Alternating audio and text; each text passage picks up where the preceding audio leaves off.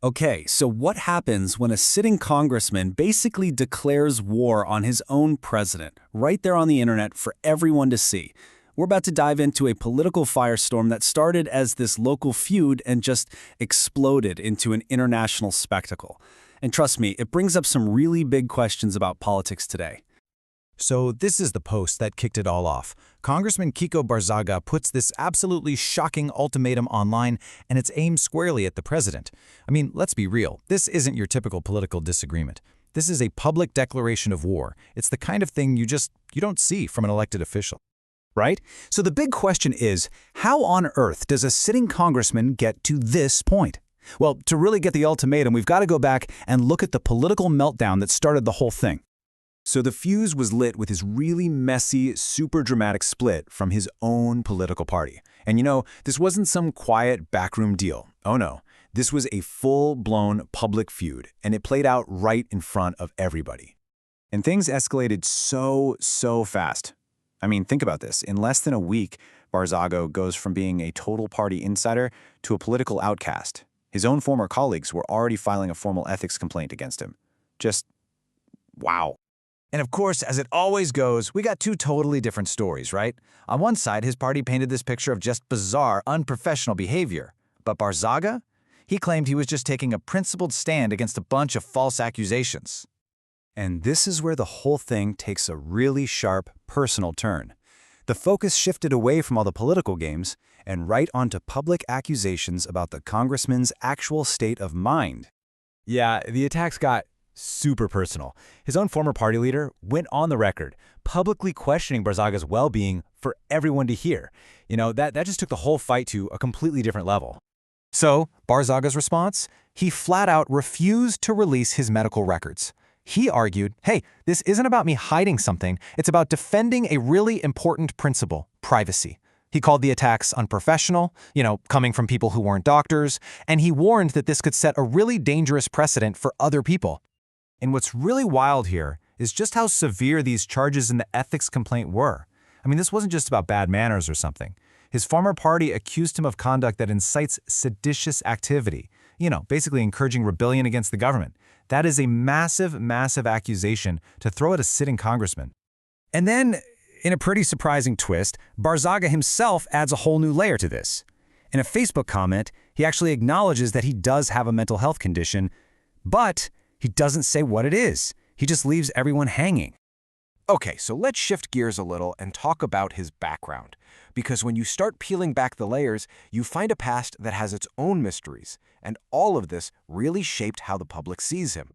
So, check this out. For years, there was this weird detail in his official bio.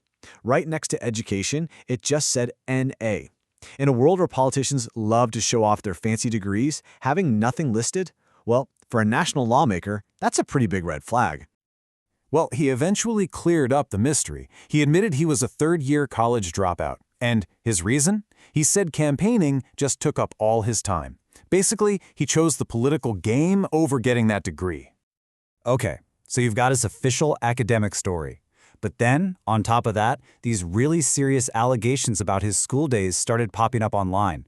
Now, it's super important to say these are unverified, but they painted this picture of a really troubled past and just poured gasoline on the fire of his already controversial image. And this is where the story just completely explodes beyond the Philippines. Barzaga's behavior and the stuff he was saying got so outlandish that he started making headlines and, becoming the punchline all around the world.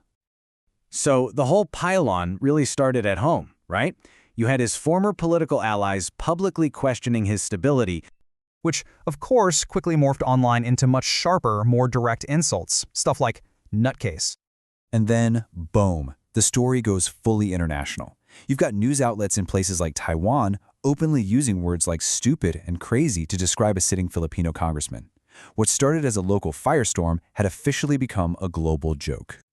So what was fueling all this international ridicule? Well, it was provocative social media posts just like this one. I mean, when you're calling to abolish your own country's Coast Guard, you're pretty much echoing talking points used by foreign adversaries. And just like that, he turned himself from a local politician into this weird figure of international curiosity. Okay, so after all of that, what does this whole crazy episode really tell us? Is this just a story about one guy, or is there a much bigger picture we need to be looking at? And that really brings us to the core question, doesn't it? Is this just one man's story? Just one kind of erratic politician? Or is he actually a symptom of a much deeper problem in our political systems? Well, a lot of political observers point to one key thing in his rise to power. He's part of a powerful political dynasty. And what that means is, even with all these questions about his qualifications, he was backed by this established family machine. And many would argue that machine played a way bigger role in his success than his own individual merit. And this is where a lot of commentators say his case is a perfect example of a bigger shift in politics. We're living in a world where performance seems to trump policy, where outrage is seen as being authentic. Politicians are basically content creators now. It feels like clout is replacing competence, and going viral is valued way more than, actual virtue. And that leaves us with this final, pretty provocative thought to chew on. Maybe focusing on this one guy, the quote-unquote clown, is missing the point entirely. Maybe he isn't the problem. Maybe he's just the symptom of a political system that now creates, enables, and sometimes even rewards this exact kind of behavior.